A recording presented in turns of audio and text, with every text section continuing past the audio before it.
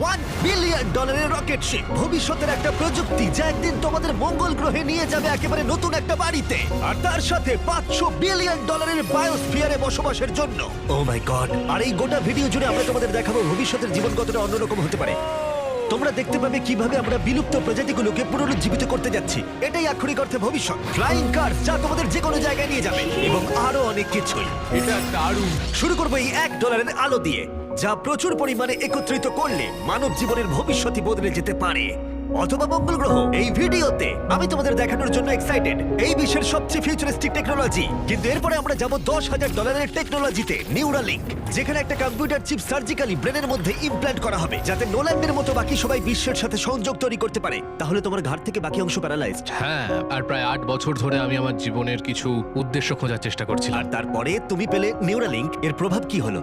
কম্পিউটারের মাধ্যমে যে যা পারে আমিও তাই করতে পারি। আরো সত্যি এটা পারে, শুধুমাত্র ওর ব্রেন ব্যবহার করে। তোমার চিন্তা ভাবনাই তাহলে এটাকে এগোচ্ছে। হ্যাঁ হ্যাঁ, একদম। আমি চাই তুমি তোমার ভাবনা দিয়ে একটা টেক্সট করো। ঠিক আছে। ওর হাতগুলো প্যারালাইজ, আর আমরা তোমাদের দেখাবো ওর হাতগুলো একেবারেই নড়ছে না। এদিকে নোল্যান্ডের ব্রেনে নিউরন ব্যবহার করে নিউরালিঙ্ক সেই সিগন্যালগুলোকে মুভমেন্টে রূপান্তর করতে পারে। ও ওর ভাবনা দিয়ে টাইপ করলো হাই। এটা তোমাদের অদ্ভুত লাগছে তাই না? কিন্তু ও আরো অনেক কিছু পারে। তাহলে শুধু চিন্তার মাধ্যমে তুমি এদিক ওদিক যাচ্ছ।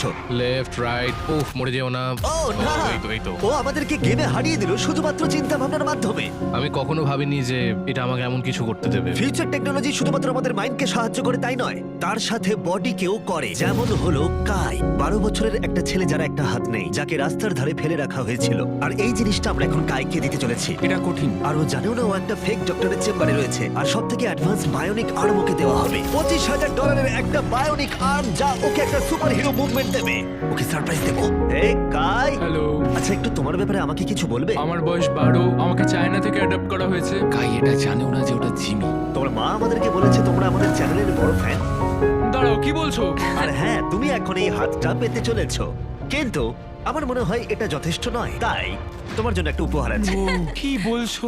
এটা হলো এই বিশ্বের সবচেয়ে ফিউচারিস্টিক বায়োনিক আর্ম। তোমার মা আমাদের বলেছে তুমি খেলতে ভালোবাসো, অ্যাক্টিভ থাকতে চাও, তুমি যা চাও সেটাই যেন তুমি করতে পারো, সেটাও খুব এটা সহজে। সত্যি দারুণ। এই আর্মের স্পেশালিটি হলো এতে অনেক সেন্সর আছে। কিছু না টেনে তুমি এটাকে ব্যবহার করতে পারবে, কারণ এর সেন্সর তোমার নার্ভগুলোকে ফলো করবে। ও, এটা দুর্দান্ত তাই না? একদমই তাই। হাতটা মুঠো করো। ও, এটা একবার দেখো, এখানে একটা কাঠের টুকরো রয়েছে, এটাকে চেপে ধরো। এই তো, এটা দুর্দান্ত তাই না? তুমি কি আমার সাথে হাত মেলাতে চাইবে?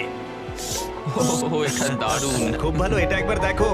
আর অবশ্যই তুমি যদি এই বিচ ফ্রেমিংটা না চাও, এটা তুমি খুলে দিতে পারো। না, তাহলে আমি এটা থাকবে না। রাখবো। এইটা আমার জীবনের সব থেকে ভালো দিন। সত্যি? মানে আমি তোমার অনেক ভিডিও দেখেছি, তুমি সবাইকে অনেক সাহায্য করো, ভাবিনি আমিও সাহায্য পাবো। ঠিক আছে, খুব ভালো। অবশ্যই এই বায়োনিক আর্ম জীবন বদলে দেবে, কিন্তু এটা কিছুই নয় এই $1.5 ফ্লাইং কারের তুলনায়। তোমার কি মনে হয় এটা আমাকে হারিয়ে দেবে? ও হ্যাঁ, যদি কোনোভাবে তুমি যেত আমি তোমাকে $1 বিলিয়ন দেবো। আমি জিতলে তুমি আমাকে $1 বিলিয়ন দেবে? হ্যাঁ, একদম। ও, তাহলে রেস শুরু করে দাও। আমরা এবার রেস করে দেখবো কোনটা বেশি দ্রুত, একটা ফ্লাইং কার নাকি একটা নরমাল কার। চলো তাহলে রেস শুরু করা যাক। ঠিক আছে। ও, আমাদের পাশেই উড়ে আছে। যাচ্ছে। কি? ও কি সমুদ্র পেরিয়ে যাবে এবার? হ্যাঁ, ও রাস্তার কোনো দরকার নেই। এটা চিটিং। যেহেতু এটা একটা ট্রু টেস্ট, সমস্ত ট্রাফিক আমাদের মানতে হবে। দেখো, স্টপ সাইনে আমাদের থামতে হবে। এবার আমরা যাব, কিন্তু এর পরিবর্তে ফ্লাইং কার সোজা বেরিয়ে যাবে।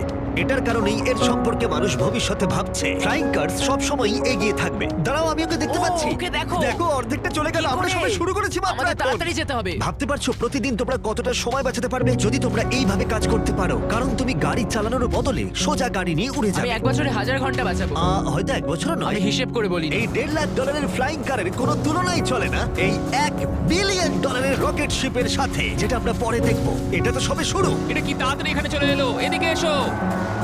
ও ও গড, আমি ভুলে গেছিলাম আমরা পিছিয়ে আছি। জিমি এখন অনেকটাই পিছিয়ে রয়েছে। জিমি, আমার মনে হয় তোমার $1 মিলিয়ন গেল। হ্যাঁ, সৌভাগ্যবশত আমি বলিনি ও জিতলে আমি $1 মিলিয়ন দেবো, বদলে ও বলেছে আমাকে $1 মিলিয়ন দেবে। আমাকে দেখতে হবে আমি যেন কাউকে ধাক্কা না মারি। আরে, ও তো চলে এসেছে। তুমি কতক্ষণ আগে এসেছো?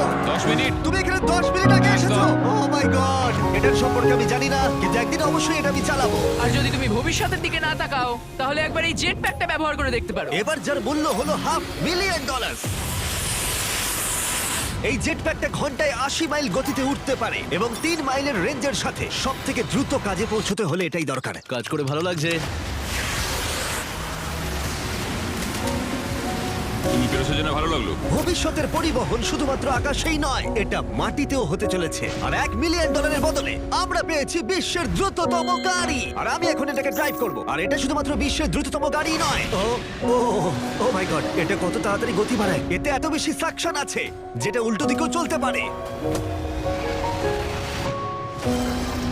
ও ঠিক আছে, ও মাই গড, জিমি এখন উল্টে যাচ্ছে, দেখো একবার ওকে। এটা